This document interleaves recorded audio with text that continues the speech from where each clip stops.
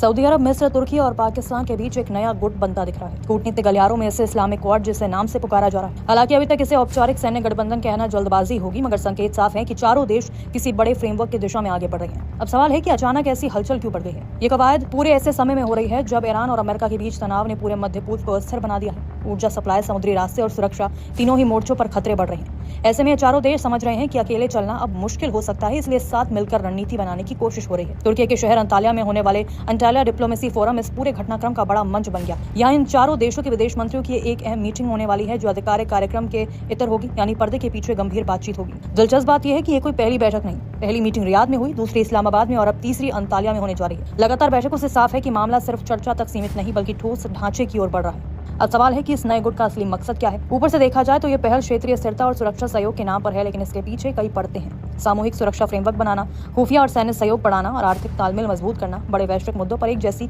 Position लेना। कुछ experts मानते हैं कि ये धीरे धीरे एक मिनी सैन्य गठबंधन का रूप ले सकता है, कुछ वैसा ही जैसे नाटो है, लेकिन इस्लामी देशों के संदर्भ में। अब सवाल है कि क्या वाकई ये इस्लामिक नाटो बन सकता है।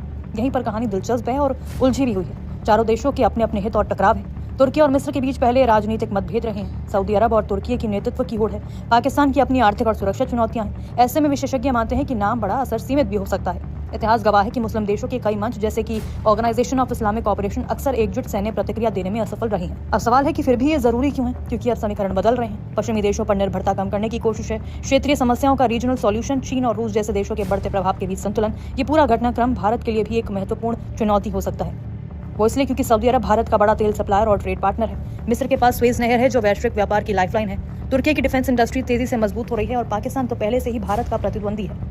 अगर ये चारों देश किसी साझा रणनीति पर एकमत होते हैं तो कूटनीतिक और सुरक्षा स्तर पर भारत को नई चुनौतियों का सामना करना पड़ सकता है, खासतौर पर अंतर्राष्ट्रीय मंचों और क्षेत्रीय राजनीति में। अब सबसे बड़ा सवाल है कि सिर्फ कूटनीतिक बातचीत है या आने वाले समय में नई शक्ति संतुलन की शुरुआत। फिलहाल तस्वीर पूरी तरह साफ नहीं है, लेकिन इतना तय है कि मिडिल ईस्ट और मुस्लिम दुनिया में एक नया पावर ब्लॉक आकार ले रहा है, जो आने वाले समय में वैश्विक राजनीति की दिशा बदल सकता है। आपने ये वीडियो देखी, कितना ज्यादा डर और खौफ बैठ चुका है इन गोदी मीडिया में कि पाकिस्तान, तुर्की, अपना ईरान, ये सब मिलकर कतर वगैरह।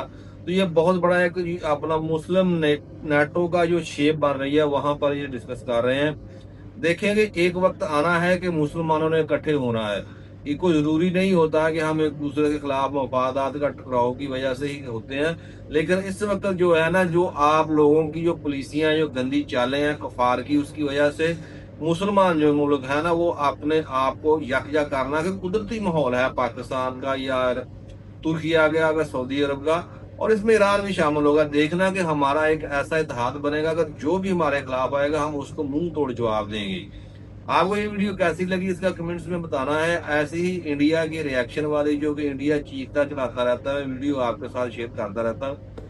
इसको लाइक और शेयर भी करना और चैनल को सब्सक्राइब कर लेना। मुझे दीजिए इजाजत। अल्लाह हाफ़िज़।